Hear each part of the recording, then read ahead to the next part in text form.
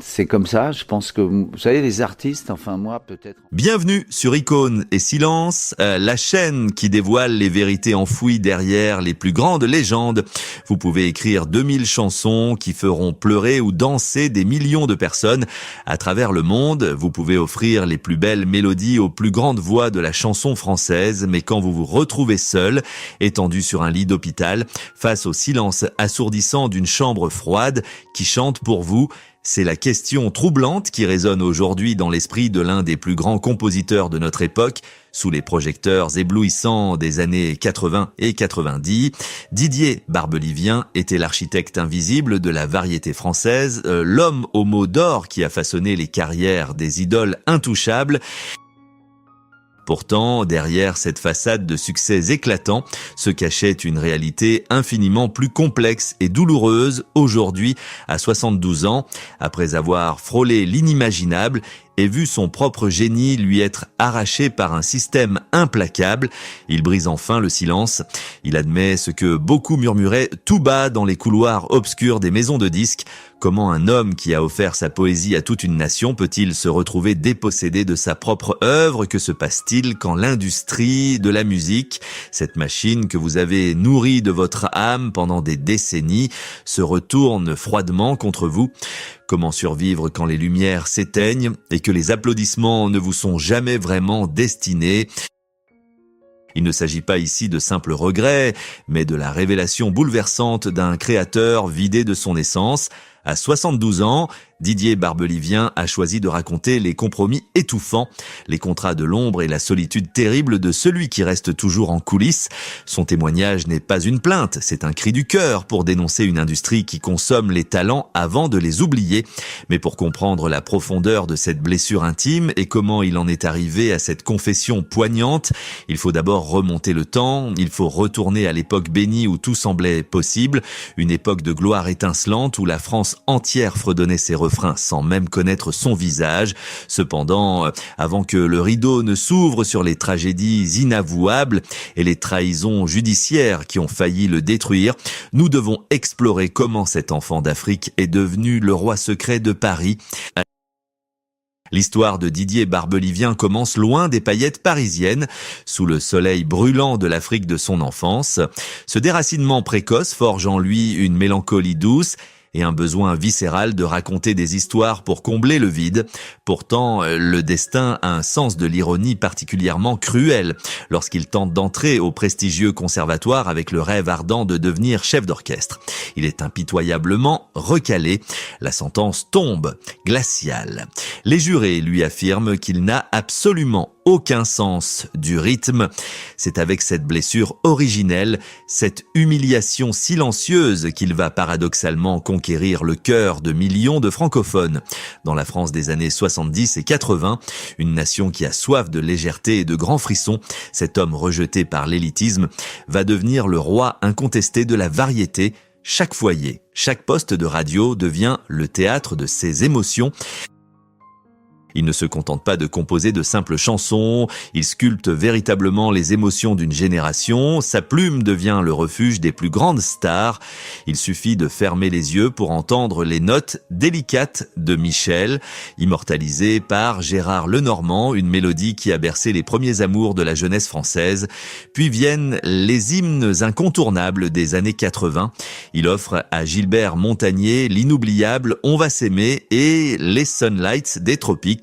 Des titres qui résonnent encore comme un appel universel à la joie.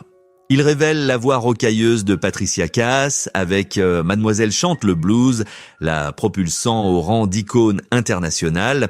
Didier Barbelivien est partout, omniprésent mais souvent invisible. Il est l'homme qui chuchote à l'oreille de Johnny Hallyday, de Dalida, de Michel Sardou. Il est cette force créatrice inépuisable qui fabrique les légendes et écrit l'histoire musicale de son pays. L'apogée de cette gloire vertigineuse prend une nouvelle dimension à l'aube des années 90.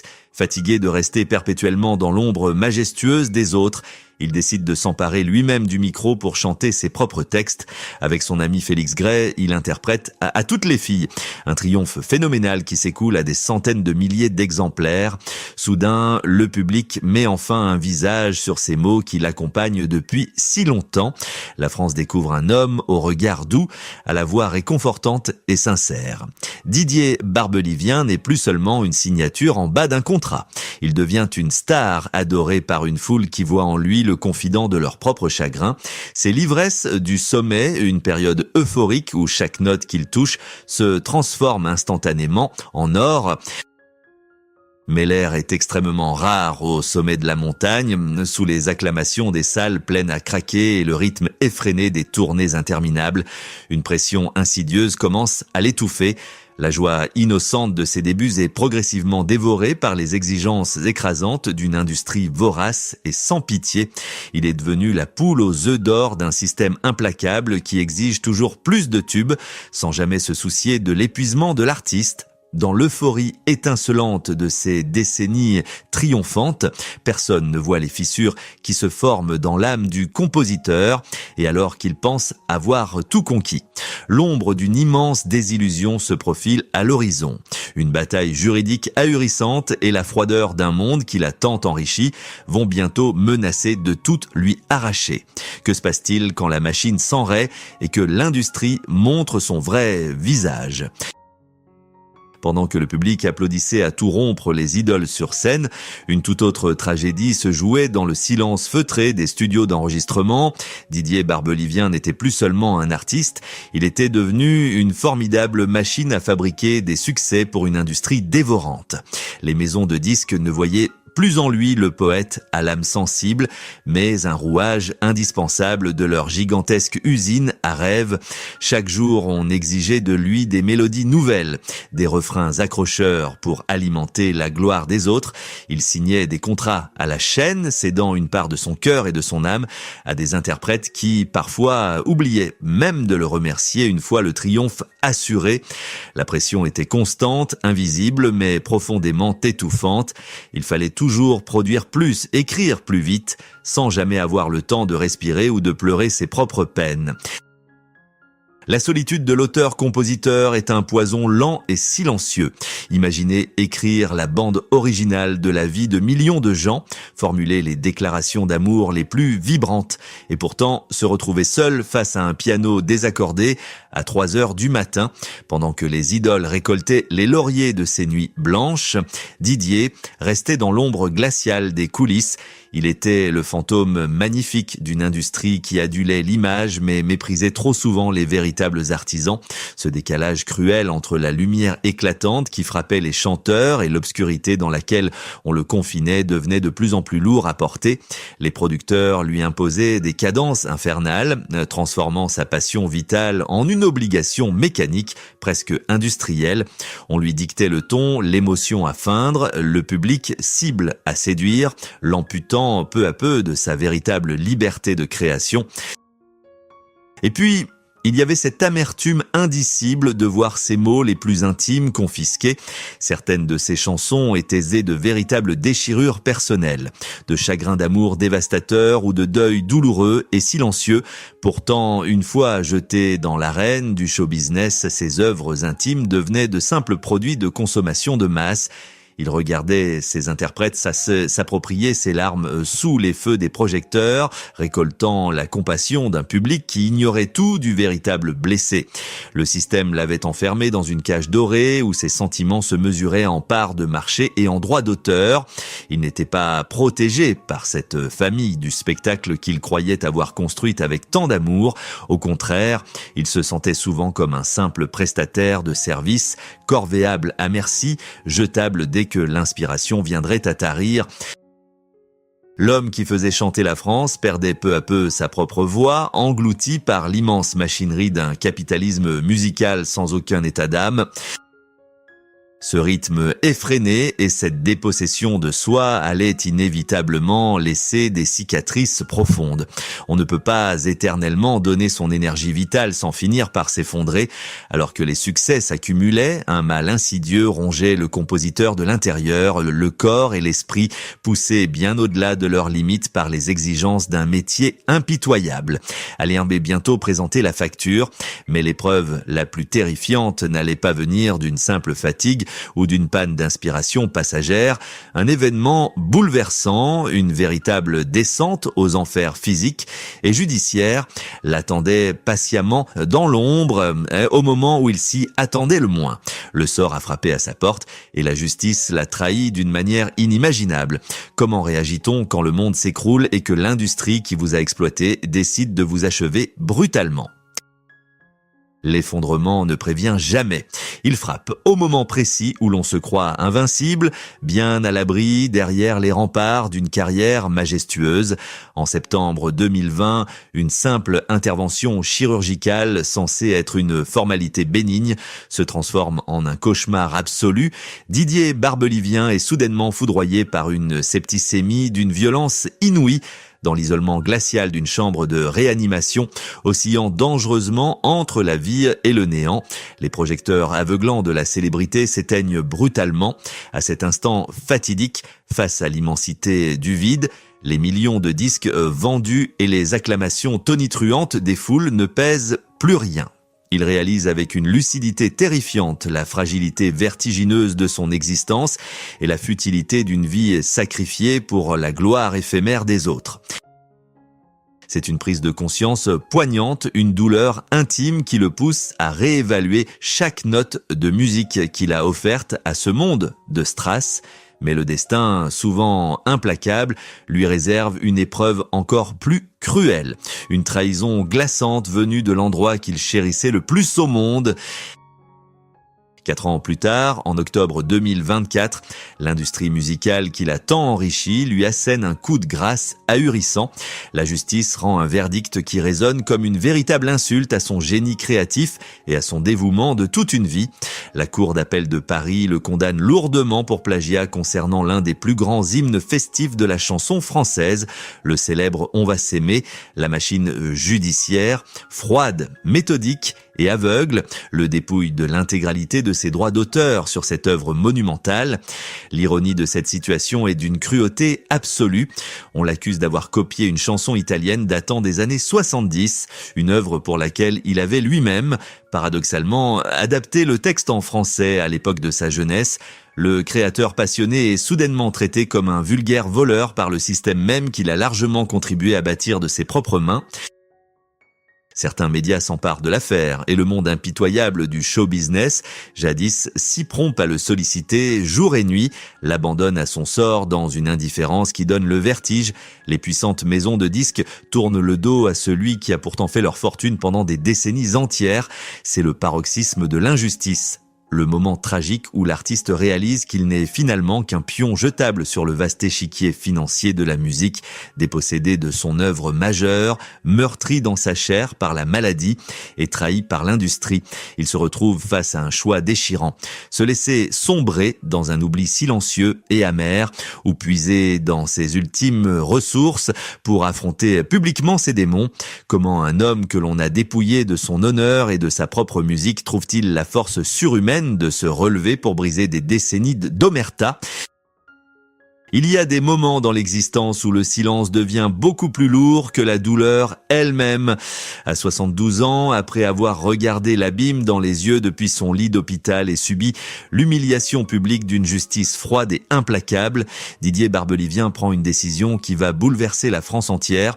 Ce n'est pas sur une scène scintillante, baignée par les applaudissements factices, mais dans l'intimité poignante d'une confession médiatique extrêmement sincère qu'il choisit de faire éclater la vérité face aux caméras. Le visage profondément marqué par les épreuves mais animé par un regard d'une lucidité perçante, il ne chante plus pour les autres, il parle enfin pour lui, avec une voix posée, totalement dénuée de haine mais chargée d'une tristesse infinie.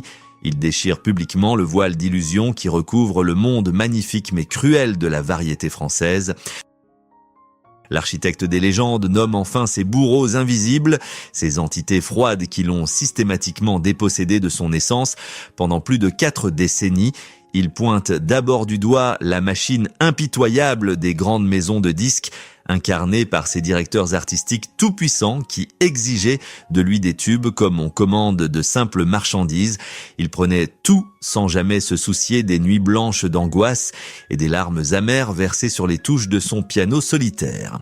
Il dénonce ensuite ses contrats léonins, ces pactes presque diaboliques signés dans l'euphorie aveugle de la jeunesse qui ont transformé ses poèmes les plus intimes en de banales rentes financières pour des producteurs avides et invisibles. Et puis, il évoque la froideur mathématique d'un système judiciaire abstrait, capable de vous arracher l'œuvre de toute une vie sur la base d'une absurdité bureaucratique qui ignore tout de la véritable création artistique.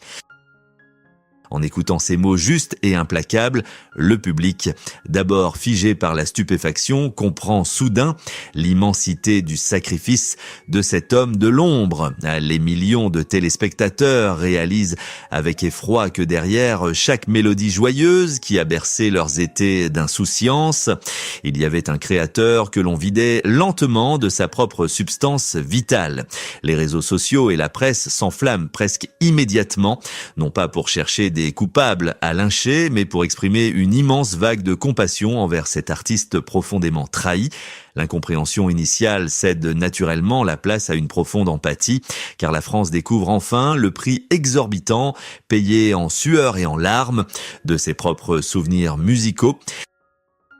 Didier Barbelivien ne cherche absolument ni la vengeance stérile, ni la pitié facile.